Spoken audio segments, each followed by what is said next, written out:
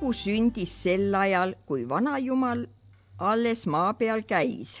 Rikas mees pidas poja pulmi.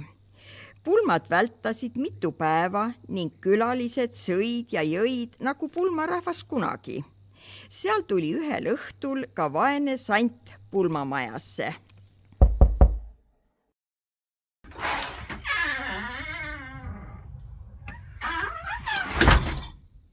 Head inimesed, ma näen, et teil on süüa ja juua küllaga ja taregi soe. Kas ka mina saaksin ühe jagu ulualust?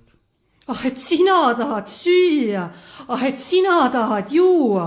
Meie sante ei salli, mine oma teed. Andkem talle vaesele mehele kõhutäis süüagi. Kas meie siis santidega ühes majas ja lauas peame sööma? Ja nad sõid ja jõid jälle ja unustasid sandimehe. Vaese lesknaise saunake seisis pulmamaja lähedal. Sinna poole läksid nüüd alalõpmata vana sant lesknaine, võttis sandi lahkesti vastu ja käskis lõukale istuda tarretanud verd soendama ja jalgu puhkama. Vanamees toibus peagi ning palus palukese süüa.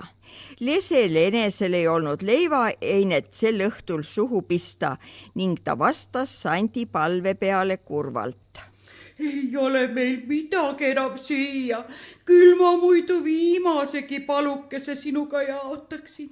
Otsi ometi, ehk leiad midagi. Mis ma otsin? Mul pole muud hingelist majas kui lehm laudas ja see poisike siin saunas. Tapame lehma ära. Lesk mõtles sinna ja tänna. Omal hinglõngaga kaelas, poeg nälgib niisamuti ja lihaga saab ometi mõni aeg hinge ihus pidada.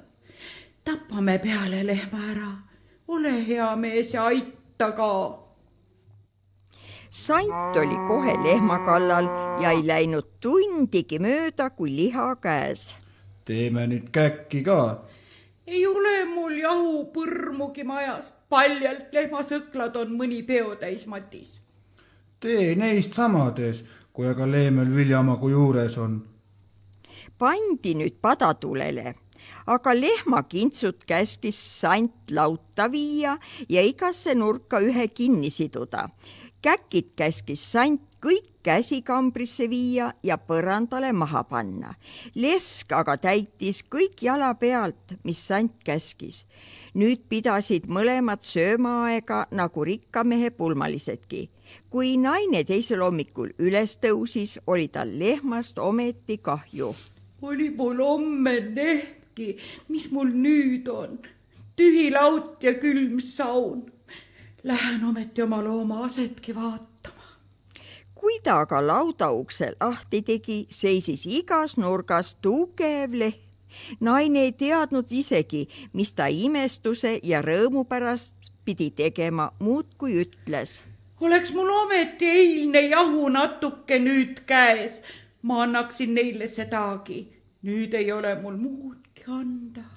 Kui ta jälle käsikambri ukse lahti tegi, oli tema imestus ja rõõm nii suur. Kamber oli viljakotte täis. Nüüd lese meel rõõmus ja nälg unustatud. Ka sant oli seni üles tõusnud ja küsis lese käest. Kas sind pulma ei kutsutud ka? No kes mind vaest inimest rikaste pulma kutsub? Saada pojast poisike vaatama, mis need pulmasid seal teevad. Lesk saatis poja pulmaperesse. Poeg tuli tagasi, sant küsis. Mis nad teevad? Lavavad lauas pead purjus. Mine teinekord veel vaatama ja ütle siis, mis nad teevad. Poeg läks vaatama ja ütles tagasi tulles. Nüüd roomavad kõik põrandal, muud kui noorik ja noormees on veel püsti. Sant jättis lese terveks ja tänas öömaja eest. Tuli pulmapere ukse ette, siin tegi ta ukse lahti. Huntideks moondatud pulmalised jooksid majast välja ja metsa. Noorpaar aga sai pääsukesteks, kellel vanajumal saajamõõgaga saba lõhki lõi, et nad pahade inimeste seas pulmi olid pidanud. Sest saadik elavad pääsukesed paaris ja otsivad ikka vanad räästa alused jälle välja.